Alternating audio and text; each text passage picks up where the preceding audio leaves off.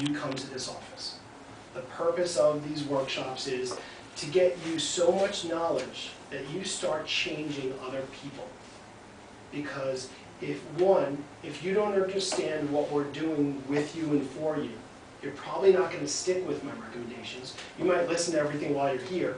You're paying for it, and you want to do things, you want to change. But as soon as your care plan's up, you just might stop. Okay? Or if you move to California, or move to Toronto, or move to just outside of New York City, and you need another chiropractor, you might not take the time to find one because you didn't really get why you were getting adjusted. So the reason for these talks is reinforcing the decisions you made on that report, okay, that decided this made sense to you and you wanted to start caring for yourself differently. And then to maybe be able to have a little bit more knowledge so you can start taking this out to other people. One person that exhibits the title of this, the 100-Year Lifestyle, better than just about anybody else on this earth, is Jack LaLanne. Okay, so if you three don't know him, okay, in the 1950s and 60s, he was on TV, jumping around, and you see this jumpsuit? He always wore a jumpsuit. Looked really ridiculous, okay? But in the 1950s and 60s, he jumped around this jumpsuit, saying, get off your butt, put away those TV dinners. That people used to sit on these little TV trays and eat TV dinners and just watch TV all the time, okay? And he's like, get off your butt, put those away, and just move with me. Just move with me. And he's this jumping around, guy, just getting people to move. And all people wanted to do is have their scotch and their sirloin steak and mashed potatoes. And he didn't last forever on TV. Because as more shows, more people got innovative, they said, let's just get this nut out of here. But how Jack LaLanne started his life, and by the way, if anybody can do one of these push-ups, they're unbelievably difficult. I have done one. Okay, I can't do two in a row. Okay, I can do one. It's not only upper body strength that you need to do these, but you need an unbelievable core. Right? So, how old is Jack LaLanne in this picture? 76. 70. 75. 90. 90 years old when he was smiling and taking this picture. Elaine LaLanne, his wife, is still alive. Jack passed away 2 years ago now, I think, okay? 96. Jack lived the 100-year lifestyle because what he did is he grew up and lived right at this level and dropped dead.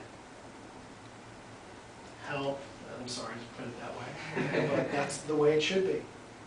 How most people live is they grow up, they have these good years, and then it starts this slow decline that because we're living longer than we used to live, even though the United States is way behind most other countries in life expectancy, not way, a few years, okay? We're lagging behind because of our health system. Maybe I'll touch upon that. But what happens is people used to live great lives and drop dead, okay? 30, 40, 50 years, that's all you got. But as sanitation improved, was one of the #1 things that allows us to live longer. Cleanliness, okay, no infections, horrible things like that, okay? Our food is cleaner in a way. It's the wrong way to think about it, but it is cleaner. We have antibiotics that can save our lives. We have surgeries and amazing medical advances that can save our lives and keep us alive. But in doing all these modern things that got us to live longer, what also happened is we started juicing too. We started to degenerate more. So instead of dying of acute diseases, okay, we die of slow degenerative diseases. So now that most of us will, if not living to 100 or 96, at least make it till 90. And people born today most likely will live to 100 and maybe even beyond. We have to make sure that if we want to live like him, we gotta do something about it. And if we don't act from the day we're born to try to enhance our lives, well, you're gonna wind up like most 96-year-olds. Okay, Jack LaLanne was still exercising an hour a day at 96. He got sick, he died. Okay, you gotta give him some space, right? But his story is this. He started off with something called failure to thrive syndrome.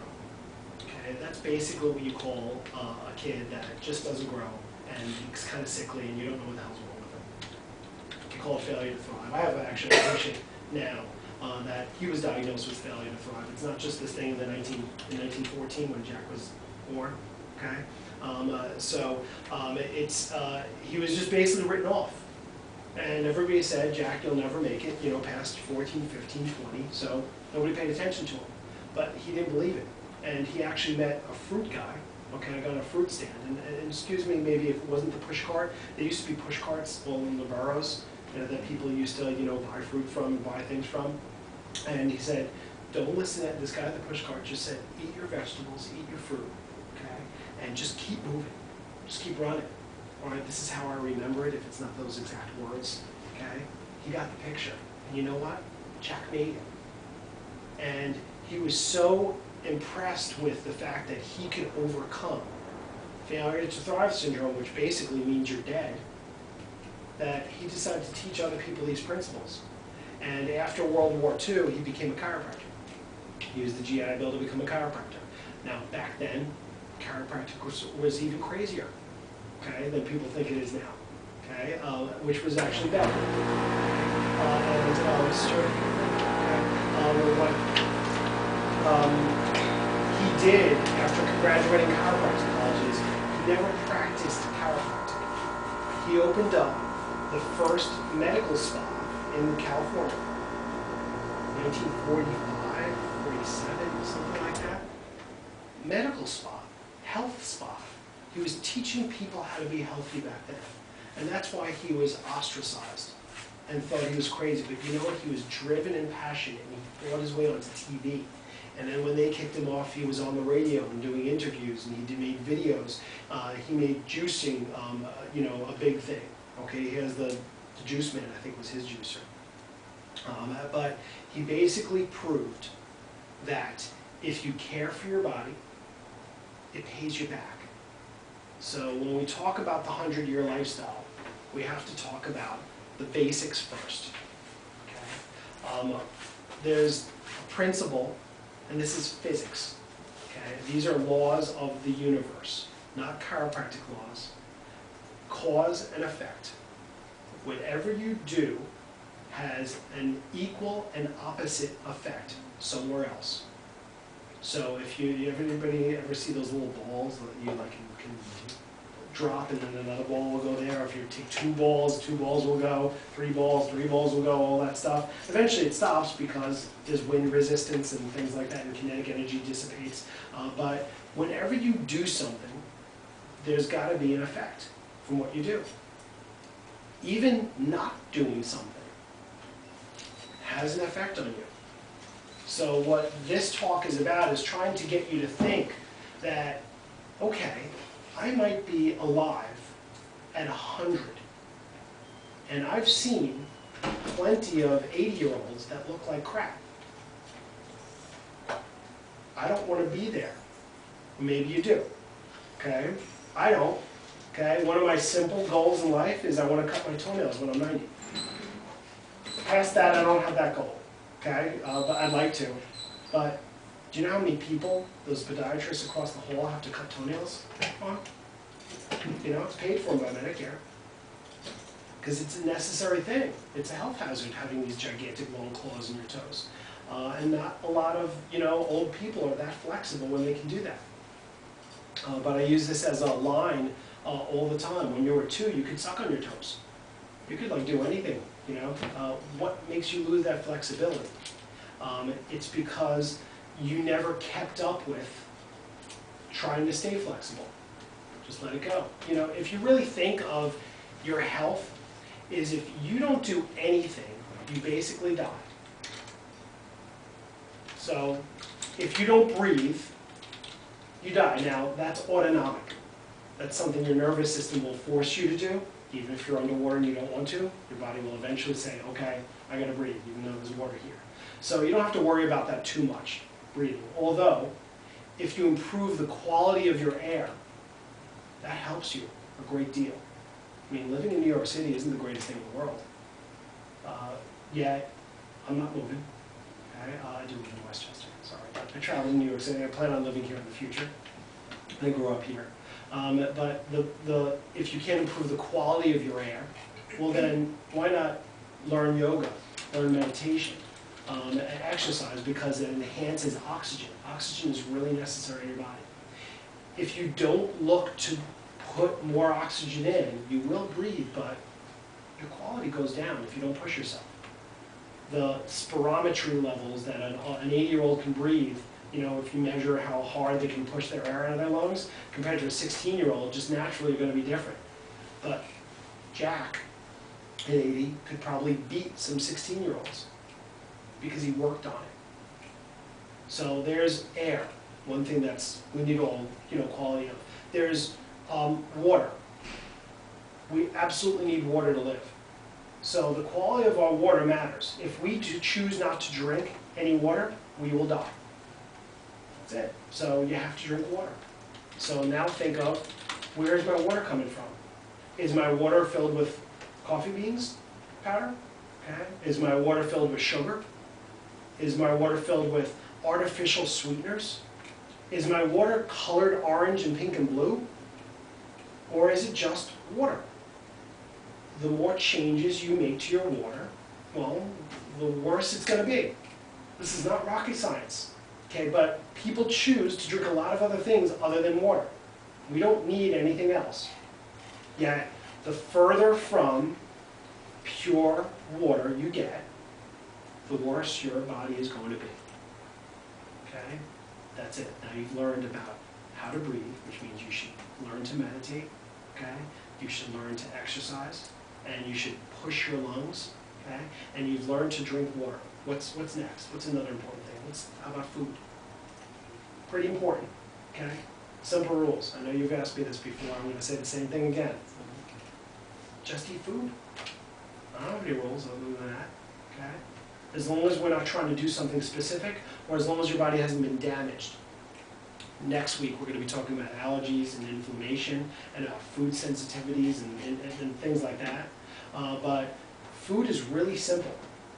If it has one ingredient, broccoli, pea, cauliflower, chicken, egg, fish, it's probably good. If it has 20 ingredients in a box, no. That's it. Okay, there's food. Now, that is general. Just don't eat processed crap. That's the generalities of food. What we'll talk about then is what's in our food, what's hidden in our food, and what we don't know about. That we sometimes can avoid, but most of the time can't. So the more simple you make your food, the better it is for you. If you don't eat, you will die. Remember, you have to do something, or else you're going to die. So if you don't eat, you're going to die. The better quality of food you put in there, the more life you get. So one of the things I just try to teach people is when you're looking at something, just try to think, hey, is this going to energize me? Or is it just going to taste good? And then make your choice.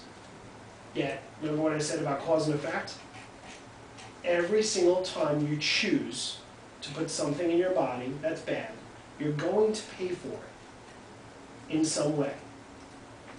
It might be insignificant if I only take one potato chip and that's it. Well, then I'm not going to have to pay that much for that potato chip. But if you eat a bag every night for a few years, you're going to pay for that. Whether you feel it now or whether you feel it at 90, you're going to pay for it. So please stop. And if you don't expect to be Jack. Okay? Expect to be something less. That's food. Okay? Any questions? All right. So we've gotten through air, water, food. Okay? Is there anything else that you need to know about to be healthy? Exercise. Okay, two things. Okay, let's go through this. The 100-year lifestyle on exercise and sleep. I said it first. Okay. Exercise. Okay. What Jack did was probably the optimal. An hour a day, he had vigorous exercise. He didn't run like 100 miles, taking 4, 5, 6 hours. Okay. He didn't do 10 push-ups and stop. He had an hour a day. Is that absolutely necessary? No.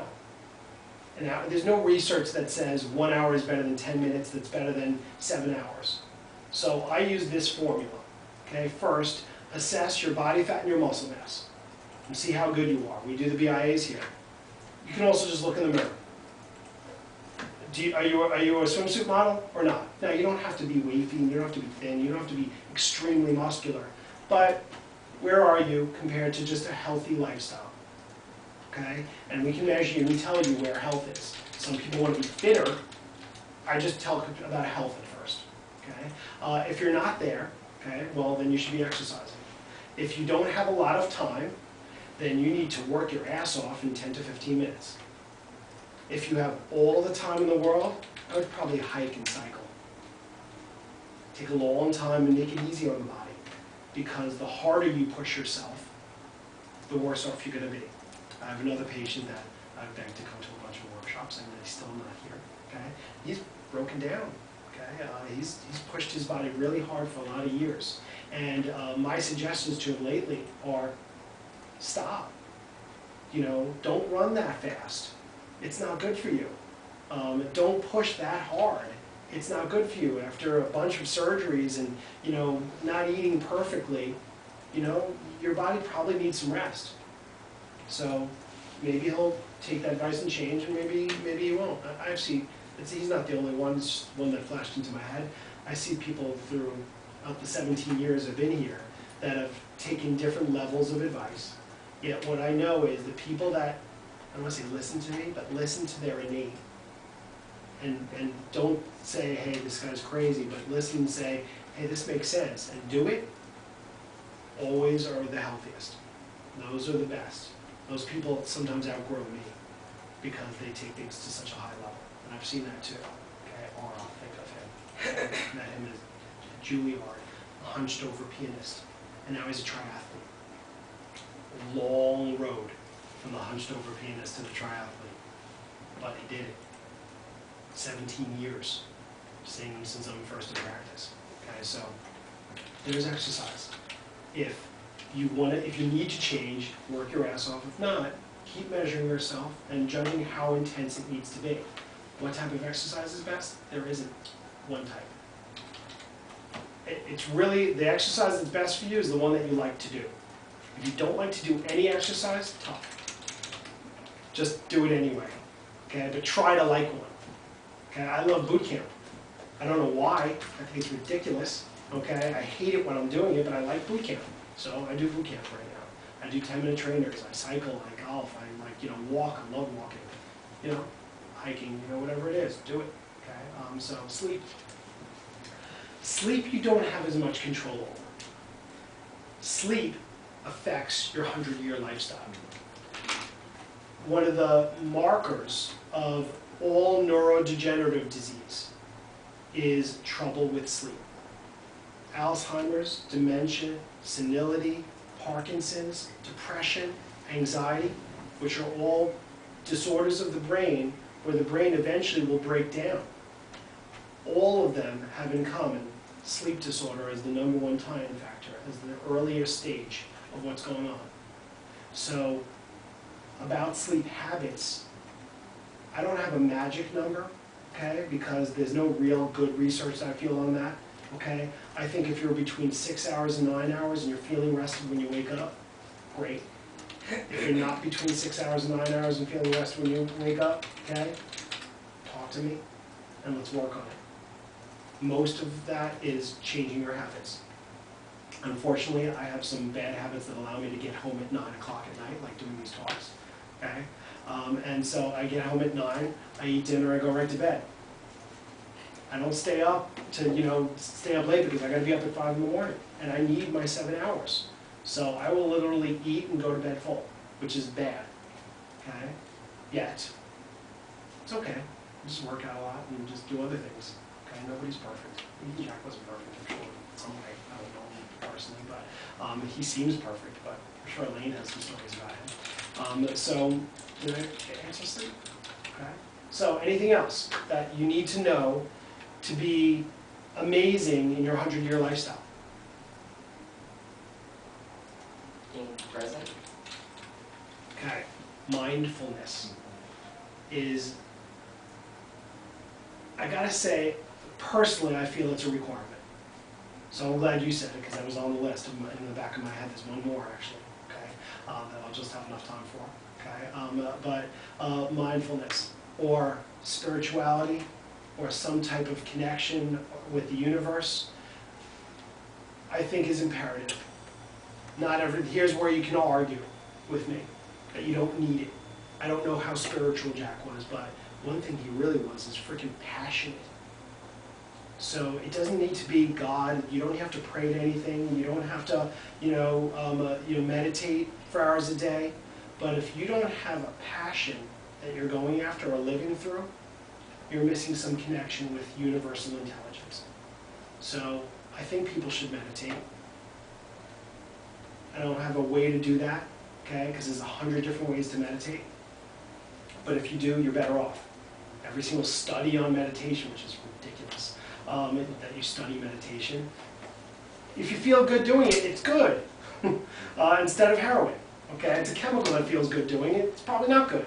If it's natural and it feels good doing it, you should probably do it, okay? So there's meditation, or connecting with something higher than yourself. Doesn't need to be a God. It could be Jack, passion for making people healthy, for spreading the message. Okay, but you should do it. Right. So, anything else? Stress. Okay.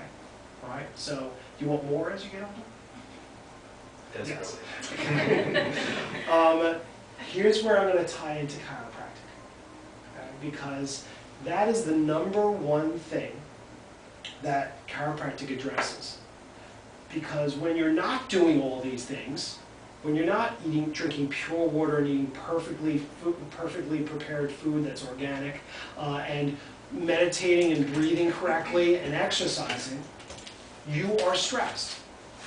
Now, you're still stressed even if you're doing those things. No matter what, you're stressed. But there's different levels of it.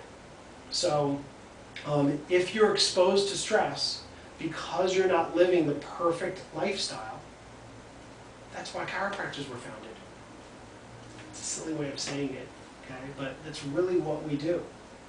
The job of the adjustment is to free the body from the bad things you've done, is one way of putting it. Okay, what it actually technically is there's a subluxation, a small misalignment of a bone that happens in your spine, because when you're stressed, what do? You tighten up. Or you've been laying on the couch too long, so you're sitting like this. Or you've been working out too hard, so you ache and you pull away from it. Or you've been chemically insulted by eating too much spicy food or too much McDonald's, so you go like this. Or whatever it is. Okay? Or just, you broke up with a girlfriend, or whatever it is. Stress causes you to feel out of balance. Sorry, I used the wrong word there. To be out of balance. Only 9% of your nerves feel. So stress causes you to be out of balance. You should not be stressed. Yet, it's ridiculous. So I'm glad you brought it up, because the best way to get rid of stress is by getting an adjustment. B.J. Palmer said that. He was the son of the inventor of chiropractic. And if you haven't heard the first chiropractic adjustment story yet, here is the very fast version. Okay?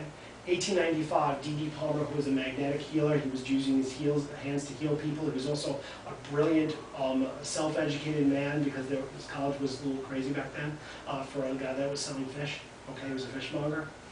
Just this brilliant guy who heard about adjusting the spine, because osteopathy was coming up about that time, which said manipulation of the spine improves circulation. Okay, D.D. had a guy in his building, a janitor in his building, that went deaf 17 years before, when he felt a pop in his neck, and he all of a sudden lost his hearing. So Dee thought, well, maybe I can pop something back.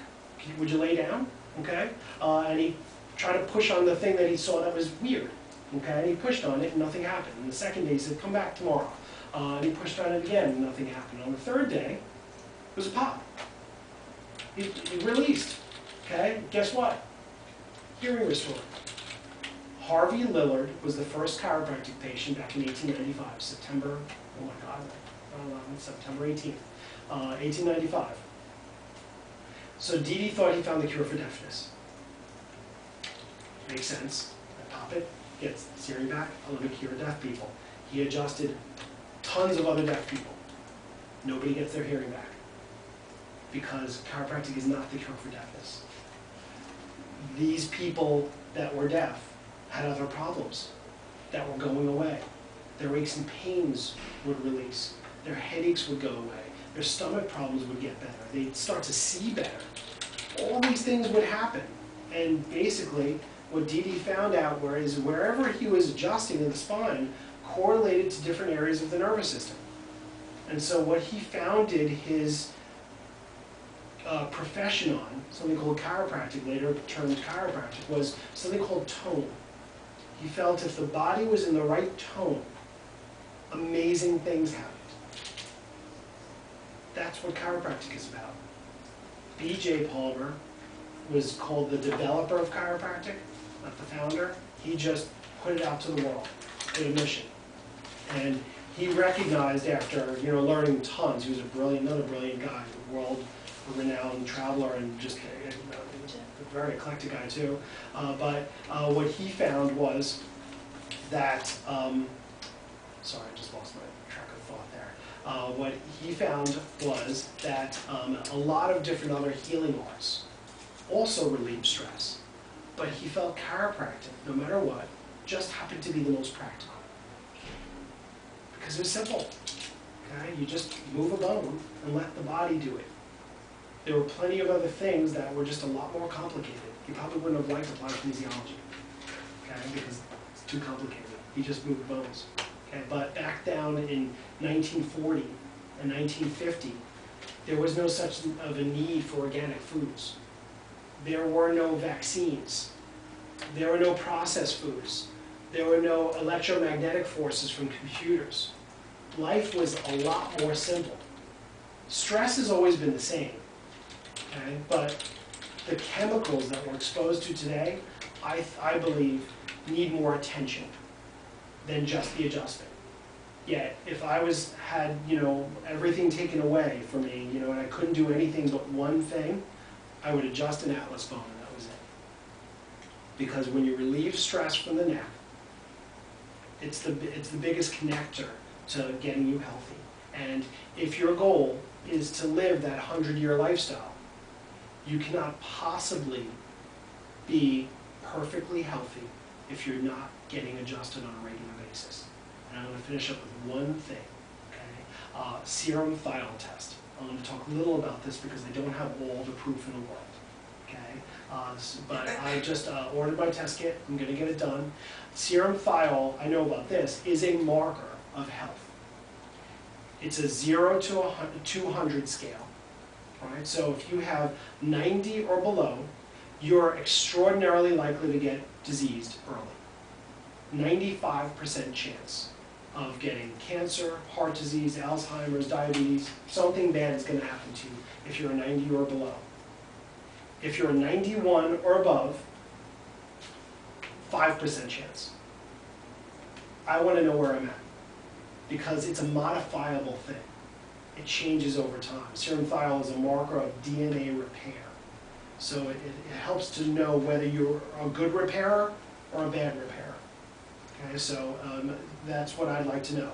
What I've learned recently, and I think I believe it more, I gotta read more up on it and test it on myself, is the study, a small study was done, and this is why I have to test it out more, that said that if you get adjusted for 3 years of maintenance care or more, your serum thiol levels are greater than everybody else's, no matter what your lifestyle's like. No, I'm not saying you can have a bad lifestyle, but giving 2 people with the same lifestyle, okay, serum thiol is higher in chiropractic patients because of the word you said. Stress is reduced. There's nothing that relieves stress better, quicker, faster than an adjustment. And then all you have to do after you get adjusted is don't stress yourself again. Because that's unrealistic, and because before you didn't start getting adjusted until you were 20 or 30 or 40 years old, rather than my kids have been getting adjusted since they're 4 hours old, you got some work to do. And you know what? You're never done. You're never done drinking water, breathing air, exercising, brushing your teeth until they fall out, getting adjusted. Okay, so that is my beeper that says I've hit my 30 minutes. Okay, that is the information of the night. Okay, so what I'll say to you is we give more information every single time, and I'll pass those out in a second. What I'll say now is since the 30 minutes is up, you're allowed to leave. Don't feel bad standing up now and walking out. No one talking. Okay, you can go because I hit my 30 minutes. If you want to stay and ask questions, I'll want to stay and answer questions. Right? But what I will say to you is a follow-up to what I said at the beginning. The goal is not to just educate you. That's nice, okay? But you're already here, okay? The goal is for you to tell other people. And so what these are, do you remember that 7-minute video you saw on day 2? Okay? This is the 20-minute version. It gives a little history on chiropractic also. And there are referral cards in there. Please tell somebody else that they need to hear this info. If it's not here, I'll find them another chiropractor that they can learn it from somewhere else. I don't care where you get adjusted. Of course, I'd rather you get adjusted here, it's better for me. But I really don't care. I'll give this workshop to people that don't live here, that live somewhere else. I'll go to corporate offices and speak to whoever. The message needs to get out. And I may not be as passionate as Jack, but I think that's carrying me through life and making me live the 100-year lifestyle. So find something you're passionate about, and hopefully it's at least turning one person onto chiropractic. And if there's somebody that, when I give you that CD, I've just given Andrew that CD before. If you received that CD and somebody popped into your head, give it to that person. But don't just throw it at them. Because if you really don't think they're going to watch it, please don't waste the CD. Watch it with them, pass it around to somebody else. Okay, that's it. Okay, so that is the workshop. Any questions? Rob, leave by now. Isn't a diversity of a diet very important? I've heard the color of the type of food, variety of different colors, and proportions of food. I was always curious about. There's every different theory out there on the planet. They're all right and wrong. They're all right and wrong. Right now I'm reading the 80-10-10 diet. Pisses me off. Okay, I think it's ridiculous. I'm reading it for a fact.